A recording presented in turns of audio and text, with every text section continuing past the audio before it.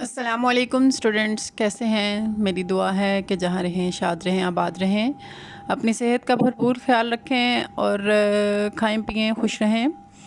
چلتے ہیں اپنے لیکچر کی جانب۔ مطالعہ پاکستان کا لیکچر میں آپ کو ڈیلیور کرنے جا رہی ہوں، جس میں آج ہم لانگ کوسچن نمبر 2 کے بقیہ پوائنٹ پڑھیں گے، قانون کی حکمرانی اور اخوت و مساوات۔ تو چلتے ہیں اپنے لیسن کی جانب۔ لانگ کوسچن نمبر 2 میں کل ہم نے عبادات پڑھی تھی، ٹھیک ہے۔ آج ہم پڑھیں گے قانون کی حکمرانی۔ قانون کی حکمرانی کیا ہے؟ قانون کی حکمرانی اسلام کے نظام کی اہم خوبی ہے۔ قانون سے کیا مراد ہے؟ یعنی عدالتی نظام کو، یعنی کسی بھی قسم کے فیصلے اپنے ہاتھوں میں نہیں لینے چاہیے، بلکہ قانون پر چھوڑنے چاہیے۔ قانون سے ہی ان کا فیصلہ کروانا چاہیے، ہر قسم کے فیصلوں کا، ٹھیک ہے۔ اس کی بنیاد کیا ہے؟ اس کی بنیاد اس تصور پر ہے کہ قانون کا سرچشمہ اللہ تعالیٰ ہے۔ قرآن اور اسوہ رسول صلی اللہ علیہ وسلم قانون کی بنیاد ہیں۔ یہ میں نے ہائی لائٹ اس لیے کیا ہے کیونکہ یہ آپ کو آبجیکٹیو میں آ سکتے ہیں کہ قرآن اور اسوہ رسول جو ہے وہ قانون کی بنیاد ہیں، اور قانون کا سرچشمہ کون ہے؟ اللہ تعالیٰ کی ذات ہے۔ بادشاہ اور غلام بھی اس قانون کے سامنے برابر ہیں۔ ایک چھوٹی سی مثال میں آپ کو جو ہے نا وہ پیش کروں کہ گھر میں بہن بھائی آپس میں لڑتے ہیں، جھگڑتے ہیں، ایک دوسرے کو مار بھی دیتے ہیں، بعض اوقات غصہ زیادہ آیا ہوا ہو، ٹھیک ہے۔ اگر وہ اپنے لڑائی جھگڑوں میں اپنے پیرنٹس کو جو ہے وہ شامل کر لیں، ایک جو ہے نا وہ بچے کی طرف سے اگر لڑائی شروع ہو تو دوسرا بچہ اپنے پیرنٹس کو جو ہے نا وہ بیچ میں انوالو کر کے اپنا فیصلہ کروا لے تو ان کی لڑائی مزید بڑھنے سے بچ جاتی ہے۔ لیکن اگر ان میں لڑائی جھگڑے کا عمل جو ہے وہ مسلسل چلتا رہے، مار کٹائی جو ہے نا وہ کی نوبت آ جائے تو وہ اچھی بات نہیں ہوتی۔ اس لیے پیرنٹس بچوں کو یہی سمجھاتے ہیں کہ اپنے جو لڑائی جھگڑے ہیں وہ پیرنٹس کو جو ہے نا وہ بتایا کرو، تاکہ پیرنٹس کا اچھے سے جو ہے نا وہ تصفیہ کر سکیں۔ اسی طرح قانون بھی ہمیں یہی کہتا ہے کہ اپنے آپس کے جو معاملات ہیں، آپس میں لڑائی جھگڑا کرنے کی بجائے، آپس میں لڑنے جھگڑنے کی بجائے قانون کے پاس لے کر آؤ، اور تاکہ قانون جو ہے وہ ان کا اچھے سے تصفیہ کر سکے۔ یوں بھی کہا جا سکتا ہے کہ اسلام کے نظام میں جمہوریت کی روح موجود ہے۔ حکمرانوں کو باہمی مشورے کے ذریعے فیصلوں کا پابند کر کے جمہوریت کی مہر لگا دی گئی ہے۔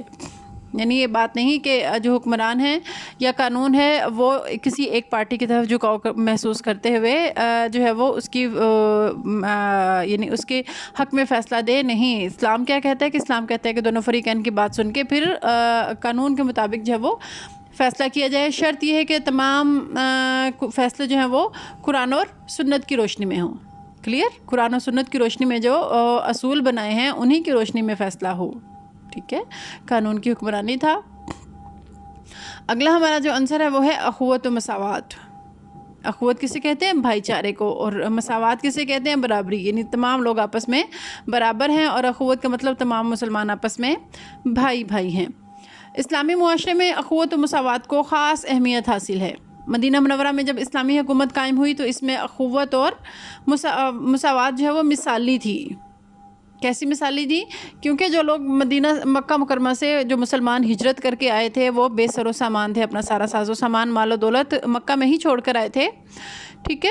تو جب وہ لوگ مدینہ میں پہنچے تو مدینہ میں حضور پاک صلی اللہ علیہ وسلم نے ان کے درمیان، یعنی جو مکہ کے مسلمان تھے ان کے اور جو مدینہ کے مسلمان تھے دونوں کے درمیان مساوات جو ہے نا وہ ایسا بھائی چارے کا نظام قائم کیا کہ ایک مدینہ کے مسلمان جو ہیں وہ انصار کہلائے، اور جو مکہ سے ہجرت کر کے آئے ہوئے تھے وہ مہاجر کہلائے۔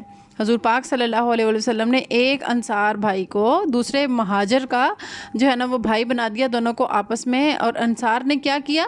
انصار نے جو ہے نا وہ اپنے مال میں سے، اپنے جو ہے نا وہ روزگار میں سے آدھا حصہ کر کے اپنے مہاجر بھائی کو دے دیا۔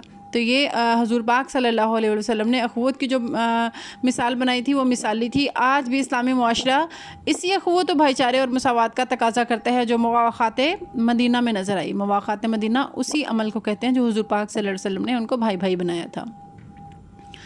اسلام سے پہلے اس اصول کی شدید کمی تھی اور لوگ ایک دوسرے کی جان کے دشمن تھے، لیکن مدینہ کی ریاست کے وجود میں آنے سے حضور پاک صلی اللہ علیہ وسلم نے حقوق العباد پر عمل کرتے ہوئے یتیموں، بیواؤں، ناداروں پر شفقت کرنے کی تلقین کی۔ یتیم کون ہوتا ہے؟ جس کے سر پر باپ نہیں ہوتا۔ بیوہ کون؟ جس کی شوہر جو ہے نا، جس عورت کا شوہر وفات پا چکا ہو۔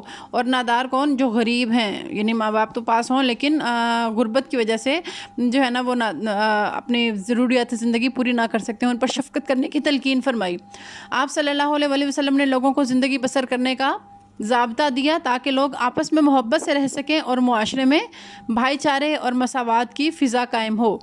آپ صلی اللہ علیہ وآلہ وسلم نے زکوٰۃ اور خیرات کے نظام کو وضع کیا۔ زکوٰۃ یعنی مسلمانوں پر اپنے مال کا جو ہے وہ 2.5% جو ہے نا اپنے مال میں سے 1 سال گزرنے پر اس میں سے جو ہے نا وہ زکوٰۃ دی جاتی ہے، اس میں سے روپیہ پیسہ نکالا جاتا ہے اپنے مال میں سے تاکہ وہ غریب غربا کو دیا جا سکے۔ اور خیرات ہر وقت کچھ جو ہے نا وہ یعنی خیرات کا ٹائم فکس نہیں ہوتا، سال بعد نہیں دینی ہوتی، جو ہے نا وہ ڈیلی بیسس پہ بھی دی جا سکتی ہے اور جو ہے نا منتھلی بیسس پہ بھی دی جا سکتی ہے، یعنی اللہ تعالیٰ کی راہ میں خرچ کرتے رہو۔ کس پر؟ غریب غربا پر۔ غریب غربا پر خرچ کرتے ہیں تو اس کا معاوضہ جو ہے وہ اللہ تعالیٰ خود دیتا ہے۔ کلیئر؟ خیرات کے نظام کو وضع کیا اور سود کو حرام قرار دیا۔ سود کیا ہوتا ہے؟